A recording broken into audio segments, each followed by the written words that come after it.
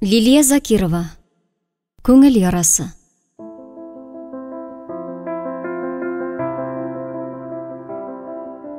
Очрашу.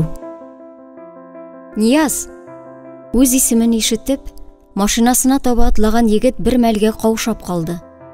Һәм ирексездән тавыш келген якка борылды. Аңа таба бөтенләй таныш булмаган егет йөгерә иде. Нияз, син Нияз бит әйеме? Диде әлеге егет Ниязны құшағына алып. Ниһаят, мин сине таптым. Сез кем? Таныш түгел кешенең үзен булай тотуы Ниязны тәмам аптырашта калдырды. Мин Ильяс, диде егет. Аның карашында шатлыклы очкыннар биеште. Синең бер туган абыең. Эх, Нияз, белсәң иде минем сине күп эзләгәнне. Кайларга гына бармадым мин сине эзләп, инекәш. Тукта әле, Ильяс. Минем бер нинди абыем да юк. Апам гына. Димәк, син бер ни дә белмисең. Ильяс кесәсеннән кичкенә генә фото чыгарды. Сурәттән җитди карашлы 10-11 яшьлек малай карап тора иде. Менә кара, бу син бит. Ә менә бу мин. Егет тагын бер сурәт чыгарды. Яхшылабрак кара. Безнең борыннар, хәтта күз карашларыбыз да охшаш. Әйдә, инекәш, берәр кафега кирип утырыйк. Мин сиңа барысын да сөйләрмен. Таныш булмаган егетнең сүзләренә ышанычы аз булса да, Нияз аның артыннан атлады. Минем язмыш синекеннән күпкә катлаулырак булды, инекәш, дип сүзен башлады Ильяс. Сине үзеңнеке булмаса да әти-әниең тәрбияләсә. Мин балалар йортында үстем. Кечкенә чагымда мин гаилә, туганнар турында уйланмадым да. Шулай булырга тиеш дип фикер йөрттем. Тик көннәрдән бер көнне безнең белән бер бүлмәдә яшәүче Булат исемле малайны алырга әнисе килде. Үз әнисе. Мин очраклы гына тәрбиячеләр сөйләгәнне тыңлап тордым. Яшь чагында ире ташлагач тәрбияли алмыйм дип калдырып киткән әнисе. Еллар үткәч үз хатасын аңлаган. Улын кире кайтарырга булган дип сөйләде алар. Шул чагында мин дә уйлана башладым. Булатның әнисе булгач, минеке дә кайда да булса бардыр бит. Бәлки, ул да яшь чагында ялгышкандыр, һәм көннәрдән бер көнне мине килеп алыр. Балалар йортыннан киткәннән соң, Булат безгә хатлар язып торды. Фотолар җибәрде. Бик бәхетле иде ул әнисе табылуга. Аның өчен шатлансак та, эштән генә барыбыз да аннан көнләшә, үзебезне килеп алучы булмаганга үпкәли идек. Әниемнең кайдалыгын тәрбиячеләрдән сорашуда ярдәм итмәде. Синең әниең юк. Җавап һәрчак әнә шундый иде. Тик мин бу җавап белән килешергә теләмәдем. Ничек инде җир йөзендәге барлык кешеләрнең дә әнисе бар, ә минеке юк. Үскән сайын әлеге сорау минем күңелемне ешрак телгәләде. Тик аңа җавап бирүче генә табылмады.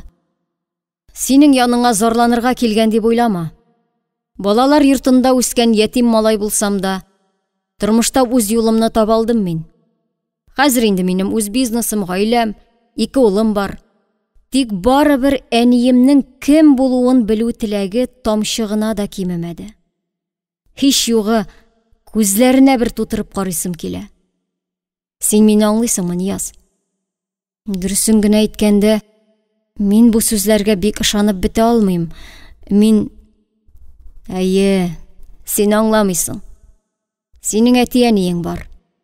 Сине тапмасалар да, алар сине үзләренең улларыдай тәрбияләп үстергәннәр. Ә мин, тәрәзәдән бушлыкка төбәлеп, төннәр буе мине кемнең дә булса килеп алуын ничек көткәнемне син аңлый алмыйсың. Туктагыз әле, Ильяс. Берничә минут элек кенә танышкан кешене сезнең тормышны аңламауда гаепләргә ашыкмагыз. Бәлки сез мине кем беләндер бутыйсыздыр. 20 ел эчендә әти-әниемнең чит кешеләр булуын ничек тә булса сизенгән булыр идем. Әгәр сезнең сүзләр хак булса, гафу ит, инекәш. Дөрес әйтәсең. Мин кызып киттем. Син курыкма. Миңа синнән бер ни дә кирәк түгел. Бары тик туганымның яшәвен белү, кайбер чакта киңәшләшү. Үземнең бу дөньяда ялгыз булмавымны белү генә кирәк миңа. Мин әнине озак эзләдем. Сораша торгач, аның мине башка балалар йортында калдыруын, соңрак мине башка урынга күчерүләрен белдем. Элекке балалар йортында аның хакында аз гына мәгълүмат бирделәр. Берничә ел эзләгәннән соң, мин аның кайда яшәвен ачыкладым. Тик ничә ел омтылган максатыма инде ирештем дигәч, куркып калдым. Синең хакта да мин узган ел ук белдем. Берничә тапкыр иегез янына килдем. Тик сиңа барысын да сөйләргә кыймадым. Синең язмышыңны җимерермен дип курыктым. Ә хәзер белмим. Минем барысына да ачыклык кертәсем килә. Мин сиңа тормышыңны үзгәртергә кушмыйм. Барысы да элеккечә калачак. Тик әйдә әни янына бергәләп барыйк. Язмышның ни өчен безне аерганын, әниебезнең ни өчен безне ташлавын аңларга тырышыйк.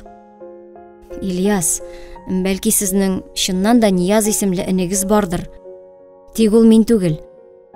Сезнең сүзләр хак булган очракта да үземне ташлап калдырган кеше белән мин очрашырга теләмим. Нияз кисәк кенә урыныннан торып ишеккә таба атлады. Ильяс аны туктатмады. Моның шулай булачагын алдан ук сизенгәндәй, уйчан караш белән егетне озатып калды.